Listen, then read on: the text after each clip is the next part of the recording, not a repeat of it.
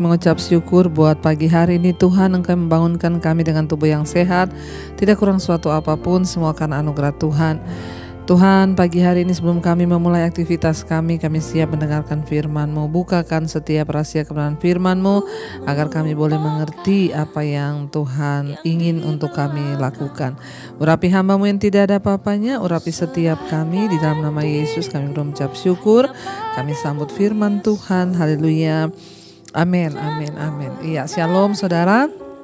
Saya percaya kita semua hari ini ya kabarnya luar biasa, dan biarlah kita mau terus memperkatakan iman ya bahwa kita punya Tuhan yang luar biasa. Apapun masalah, persoalan yang kita hadapi, jangan biarkan kita bangun pagi dengan rasa yang tertuduh, tertekan oleh iblis. Tapi mari kita bangun pagi hari ini dengan pengharapan yang baru bahwa Tuhan sanggup turut bekerja mendatangkan kebaikan di hidup kita. Baik, firman Tuhan hari ini terambil dari Ibrani pasal yang ke-12.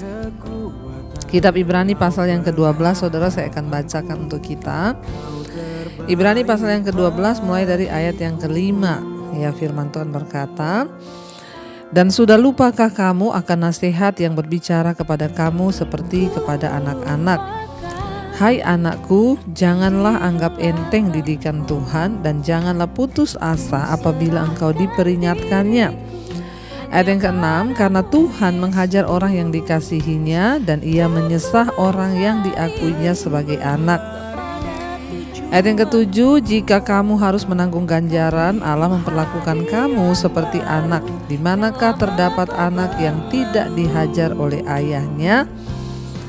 Tetapi jikalau kamu bebas dari ganjaran yang harus diderita setiap orang, maka kamu bukanlah anak tetapi anak-anak gampang." Saudara, firman ini berkata, "Dan sudah lupakah kamu akan nasihat yang berbicara kepada kamu seperti kepada anak-anak? Hai anakku, janganlah anggap enteng didikan Tuhan dan janganlah putus asa apabila engkau diperingatkannya." Saudara, ada begitu banyak cara Tuhan untuk memperingati kita sebagai anak-anaknya. Dia Tuhan yang mengasihi kita anak-anaknya seperti Bapa yang mengasihi anaknya. Dan salah satu cara Tuhan memperingatkan kita agar tidak lebih jauh tersesat dan tidak lebih jauh jatuh adalah lewat masalah, persoalan, tekanan, dan ujian iman yang kita alami. Itu adalah salah satu cara Tuhan memperingatkan kita, umatnya dan anak-anaknya. Firman ini berkata, jangan anggap enteng didikan Tuhan. Ada begitu banyak orang yang anggap enteng didikan Tuhan. Ya, ada banyak orang yang menganggap enteng masalahnya, sehingga itulah yang menyebabkan orang Kristen itu banyak yang hidupnya tidak berubah-berubah. Sekalipun sudah dihantam masalah berkali-kali, ya tidak berubah. Kenapa? Karena dia anggap enteng didikan Tuhan. Apa maksud kata dari anggap enteng? Ya, artinya tidak mau peduli dengan didikan Tuhan, tidak mau peduli dengan teguran Tuhan. Tuhan bisa menegur orang lewat sakit penyakit, Tuhan bisa menegur orang lewat masalah dan persoalan yang kita alami. Ya, contoh, kalau kita menjadi orang yang tidak bisa mengatur keuangan kita dengan baik, atau kita menjadi orang yang hidup mengikuti keinginan diri, itu akan menyebabkan kita ini terjebak dalam hutang piutang. Ketika seseorang terjebak dalam hutang piutang, harusnya itu membuat kita sadar kalau kita tidak menganggap enteng didikan Tuhan. Makanya banyak orang yang datang kepada saya ya mengeluh mereka dikejar-kejar debt collector, hutang online dan lain sebagainya. Tapi saya bersyukur beberapa orang bertobat, saudara. Ya, bertobat artinya apa? Tuhan itu berkata, asal ada makanan, pakaian itu cukup. Kenapa orang bisa terjebak dalam hutang? Karena dia keinginannya itu melampaui kebutuhannya. Kita harus bisa membedakan antara keinginan dan kebutuhan. Saya berbicara bukan karena saya tidak pernah mengalami. Di dalam kesaksian saya, bahkan khotbah-khotbah saya pernah berkata, saya pernah dikejar debt collector, saudara, karena saya tidak bisa membayar hutang. Ketika saya dikejar debt collector dan tagihan hutang yang begitu banyak, saya dan suami duduk, ya kami merenung, Tuhan, ya apa yang salah dari hidup kami? Kalau ada yang perlu kami perbaiki, ampuni kami Tuhan. Mungkin kami sudah salah, mungkin kami hidup, keinginan kami itu lebih besar daripada kebutuhan kami. Ya, kita harus bisa menyesuaikan. Lalu ketika kami bertobat, kami duduk bersama, kami menghitung semua hutang-hutang kami. Kita mulai berdoa dan kita mulai tumpang tangan. Tuhan, kami bertobat, kami tumpang tangan semua hutang ini. Kami berdoa, ketika kami bertobat, Tuhan sanggup membuka jalan. Tapi bertobat dulu. Nah, banyak orang itu tidak bertobat. Dia mencari cara untuk menyelesaikan utangnya tapi gak bertobat. Nanti kalau utangnya lunas atau dibantu orang dilunasin, dia nanti utang lagi. Nah, ini yang namanya menganggap enteng didikan Tuhan. Contoh, orang yang merokok, ya sudah dilarang, dirokok aja. Kita nggak usah ngomong firman lah saudara ya. Di dus rokok aja ditulis jangan merokok. Merokok itu merugikan kesehatan. Dilarang merokok. Anjuran pemerintah dilarang merokok. Di dus rokok aja ditulis bahwa itu racun, bisa menyebabkan kematian, kanker dan lain sebagainya. Lalu ketika seseorang kena sakit, misalnya ya paru-paru atau apapun yang bersangkutan dengan rokok, kalau orang itu menanggapi didikan Tuhan itu, dia akan duduk dan berkata, Tuhan ampuni saya. Saya tahu saya ini sakit karena saya merokok, karena saya minum minuman keras, karena saya tidak menjaga tubuh saya.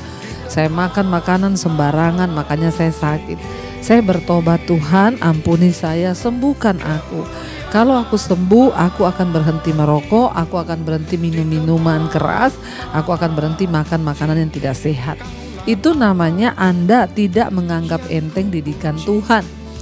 Tapi orang yang menganggap enteng didikan Tuhan, ya dia mencari kesembuhan, bahkan berdoa, tapi setelah sembuh merokok lagi dia. Akhirnya dia sakit yang lebih parah, bahkan banyak yang tidak diberikan kesempatan hidup, mati saudara. Mari jangan anggap enteng didikan Tuhan. Karena Tuhan itu memperingatkan kita lewat masalah, lewat sakit penyakit, lewat banyak hal. Di dalam segala masalah hidup yang kita alami itu pasti ada nilai pembelajarannya. Mari introspeksi diri. Firman ini dengan jelas berkata, jangan anggap enteng didikan Tuhan, ya, dan jangan ya kamu putus asa ya apabila ya kamu diperingatkannya. Karena Tuhan menghajar orang yang dikasihinya dan ia menyesah orang yang dianggapnya sebagai anak. Kalau hari ini engkau menderita, engkau ada dalam masalah, persoalan, bersyukur, sebab itu artinya Tuhan menyesah orang yang dia kasihi. Ya, Tuhan menghajar orang yang dianggapnya anak. Kalau kita lagi dalam keadaan tertekan hari ini, mungkin engkau ya sedang masalah di dalam keluargamu, tertekan oleh suamimu, oleh orang tuamu, oleh anakmu, bersyukur. Kalau hari ini engkau menjadi orang tertekan di kantor, oleh bosmu, teman sekerjamu, bersyukur. Kenapa? Karena ya Tuhan itu mendidik orang yang dikasihinya loh. Jangan berkata, Bu itu teman saya di kantor tuh jahat banget, tapi kok hidupnya beruntung ya. Kayaknya dia itu aman-aman saja, kayak itu justru bahaya saudara. Ingat, cara pandang dunia ini berbeda dengan cara pandang Tuhan. Orang dunia beranggapan kalau orang hidupnya lurus-lurus saja, semuanya serba bagus, berarti dia diberkati atau sukses. Tapi di pandangan Tuhan, Tuhan bilang berbahagialah kalau kamu menderita karena kebenaran. Jadi konsep dan pemahaman kita itu harus sama dengan pemahamannya Tuhan. Dan yang terlebih hari ini kita diperingatkan, jangan anggap enteng masalahmu, jangan anggap enteng penderitaanmu, jangan anggap enteng persoalan yang kau hadapi hari ini, karena bisa jadi itu adalah cara Tuhan yang sedang mendidik kita. Bisa jadi masalahmu itu adalah cara Tuhan memperingati kita agar kita tidak jatuh lebih jauh, agar kita bertobat. Kalau hari ini engkau diperingati, mungkin engkau kehilangan uang di saham, itu adalah cara Tuhan bersyukur supaya engkau tidak kehilangan lebih banyak lagi. Ya, tidak ada yang terjadi secara kebetulan di hidup kita, asal kita mau percaya bahwa Tuhan itu turut bekerja saudara. Ya, dikatakan di sana sebab ya Ya jika kamu itu ya tidak dihajar, maka kamu tuh bukan anak. Ya tidak ada anak yang tidak diajar oleh orang tuanya. Ya sebagaimana seorang ayah menghajar anaknya, ya demikian juga Tuhan menghajar kita. Jikalau kamu harus menanggung ganjaran, maka Allah memperlakukan kamu seperti anak. Di manakah terdapat anak yang tidak dihajar oleh ayahnya? Kalau kita menanggung ganjaran, kalau kita menghadapi masalah dan persoalan, tekanan, bersyukur, itu artinya Tuhan anggap kita ini anak. Justru kalau hidup saudara tidak pernah menderita, tidak pernah susah, tidak pernah ada masalah, hati-hati, jangan-jangan kita nggak dianggap anak. Ayat ini berkata, ya, apa ciri dari anak Allah, saudara? Dia menderita, ya. Anak Allah itu akan mendapat ganjaran. Kalau dia buat salah, diperingati. Memang sakit, tetapi ya Tuhan mau mendidik kita karena dia menganggap kita ini anak. Jadi ciri anak Allah yang utama itu dia menerima ganjaran, menerima hajaran, didikan dan peringatan dari Bapaknya. Jangan bersungut kalau hari ini engkau sedang ada dalam persoalan, dalam masalah, tekanan. Itu artinya Tuhan menganggap engkau anak. Karena dikatakan di sini, saudara, ya. Jadi sebab ya kalau kita tuh nggak dihajar, maka kita ini bukan anak. Tetapi ya jikalau kamu bebas dari ganjaran yang harus kamu derita, yang harus diderita setiap orang, maka kamu bukanlah anak, tetapi anak-anak gampang. Saudara mau menjadi anak yang disayang, anak yang mengalami ya kemuliaan, atau anak-anak gampang, anak sembarangan? Kita bisa lihat anak-anak itu kalau nggak pernah dididik orang tuanya, itu anak kurang ajar, anak gampang, semua juga orang jengkel, saudara. Ya, nah ketika kita mau menjadi anak Tuhan yang sungguh-sungguh, maka kita harus siap untuk dibentuk, kita harus siap untuk diproses, kita harus siap untuk dididik oleh Tuhan. Ya jangan mau menjadi anak-anak gampang, tetapi kita mau menjadi anak-anak Tuhan yang sungguh-sungguh dibentuk sehingga kita bisa melihat ya masa depan yang penuh dengan harapan. Satu pesan firman Tuhan pagi ini, jangan anggap enteng didikan Tuhan. Jangan putus asa kalau engkau diperingatkannya. Jangan putus asa. Berkatakan, aku percaya Tuhan, di balik semua masalah ini ada peringatan Tuhan. Aku percaya ada nilai didikan Tuhan. Aku tidak akan putus asa. Sebesar apapun masalah yang aku harus hadapi, aku tidak akan pernah berputus asa karena aku percaya Tuhanku, Tuhan yang turut bekerja untuk kebaikanku. Ingat, jangan anggap enteng masalahmu, penderitaanmu, persoalanmu, ya, dan jangan putus asa apabila Tuhan sedang mendidik kita. Tetaplah percaya bahwa segalanya itu akan menjadi indah pada waktunya, saudara. Terima kasih Tuhan, kami tidak akan putus asa, kami tidak mau menganggap enteng didikan Tuhan, karena kami tahu Tuhan punya rencana di balik semua itu. Sebaliknya kami mau berespon dengan benar terhadap setiap masalah, persoalan hidup yang kami hadapi. Kami mau bilang di hadapan Tuhan hari ini, Bapa, sentuh hati kami, ubah hidup kami Tuhan, menjadi seperti yang Tuhan mau. Seberat apapun yang harus kami jalani, proses yang harus kami lewati, kami tahu itu adalah cara Tuhan untuk mendidik kami. Ini hidup kami Tuhan, bentuk kami sesuai dengan kehendak dan sesuai dengan keinginan Tuhan saja. Terima kasih Bapa, ini ungkapan kami di hadapan Tuhan.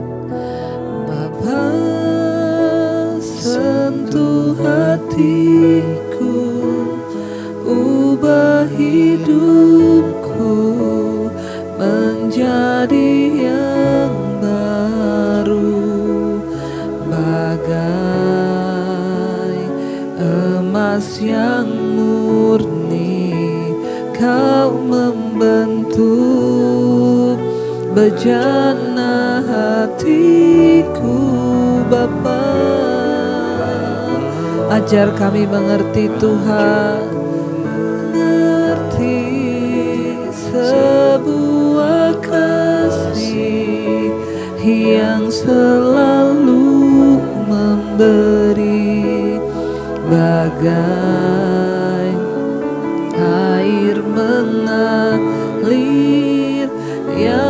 tiada pernah berhenti. Sekali lagi saudara katakan pada Tuhan, Bapa, sentuh hati kami Tuhan. Amin. Ubah hidupku menjadi yang baru, bagai emas yang murni Tuhan, emas yang murni. Kau membentuk bejana hatiku. Bapa, ajar kami Tuhan, ajarku mengerti sebuah kasih. Amin Tuhan, yang selalu memberi, bagai air mengalir yang tiada pernah berhenti.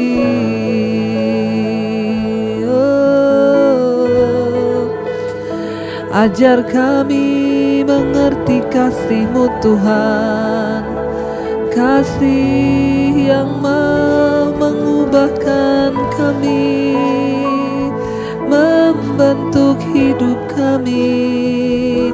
Kau Tuhan yang mengasihi kami, terima kasih. Mungkin hari ini saudara, engkau sedang mengalami tekanan persoalan hidup yang berat. Firman Tuhan mengingatkan kita, jangan anggap enteng didikan Tuhan. Jangan putus asa apabila kita diperingatinya. Terima kasih Tuhan, peringatkan kami kalau kami salah, kalau kami memilih jalan yang tidak benar, peringatkan kami. Biarlah hati kami siap seperti seorang anak yang ditegur oleh ayahnya, yang dihajar oleh ayahnya. Karena kami tahu didikan Tuhan membawa berkat bagi hidup kami. Hamba berdoa bagi setiap anak-anak-Mu, umat-Mu, jemaat-Mu yang menghadapi persoalan hidup. Mereka yang sedang ada dalam tekanan yang berat, menjalani hidup yang berat. Tuhan, Engkau turut campur tangan. Engkau berikan kekuatan bagi setiap kami untuk menjalani setiap hari-hari kami Tuhan di dalam Engkau. Biarlah kami tidak anggap enteng didikan Tuhan, tapi kami mengambil nilai dan hikmah di balik semua persoalan yang terjadi. Hamba berdoa untuk setiap anak-anak-Mu, mereka yang sedang menghadapi persoalan, tantangan, penderitaan, berikan kekuatan. Kami tahu kami akan keluar sebagai pemenang. Yang sakit hari ini Tuhan sembuhkan. Yang berbeban berat Engkau berikan kelegaan. Hamba berdoa bagi yang berulang tahun, Tuhan tambahkan hikmat, marifat, dan biarlah Bapa, apa yang sedang kami jalani hari-hari ini akan membuat iman kami semakin bertumbuh. Berkati yang berulang tahun, umur panjang di tangan kanan, kekayaan hormat di tangan kiri. Berkati yang bekerja, yang sekolah, yang kuliah, di mana saja Tuhan melindungi, menjagai. Mereka yang bergumul untuk pekerjaan, Tuhan berikan. Tuhan, biarlah penghiburan-Mu ada atas setiap kami. Apapun yang kami lakukan itu berkenan dan Tuhan akan buat berhasil. Terima kasih Bapa, berkati bangsa dan negara kami Indonesia. Lawatan Tuhan tercurah bagi bangsa ini, perlindungan-Mu sempurna. Berkati Bapak Presiden Jokowi dimanapun dia berada hari ini, Tuhan melindungi dengan kekuatan kesehatan yang dari Tuhan. Terima kasih buat setiap anugerah Tuhan yang baik atas hidup kami. Kami menyerahkan seluruh roh, jiwa, dan tubuh kami ke dalam tangan kasih kuasa-Mu Tuhan. Mari kita berdoa. Bapa kami, Bapa kami yang ada dalam sorga, dikuduskanlah nama-Mu. Datanglah kerajaan-Mu, jadilah kehendak-Mu di bumi seperti di sorga. Berikanlah kami pada hari ini makanan kami yang secukupnya, dan ampuni kami akan kesalahan kami, seperti kami juga mengampuni orang yang bersalah pada kami. Janganlah membawa kami dalam pencobaan, tapi lepaskan kami daripada yang jahat. Karena Engkaulah yang punya kerajaan dan kuasa dan kemuliaan sampai selama-lamanya. Mari buka hati dan tangan-Mu, Terimalah berkat dari Allah Bapa, cinta kasih Tuhan Yesus Kristus, penyertaan Allah Roh Kudus akan menyertai hidupmu mulai dari hari ini bahkan sampai kali yang kedua Tuhan Yesus datang menjemput kita. Nama kita tercatat di dalam kitab kehidupan. Dalam nama Tuhan Yesus yang percaya diberkati Tuhan, katakan bersama, amin, amin, amin. Tuhan Yesus memberkati, shalom dan selamat pagi.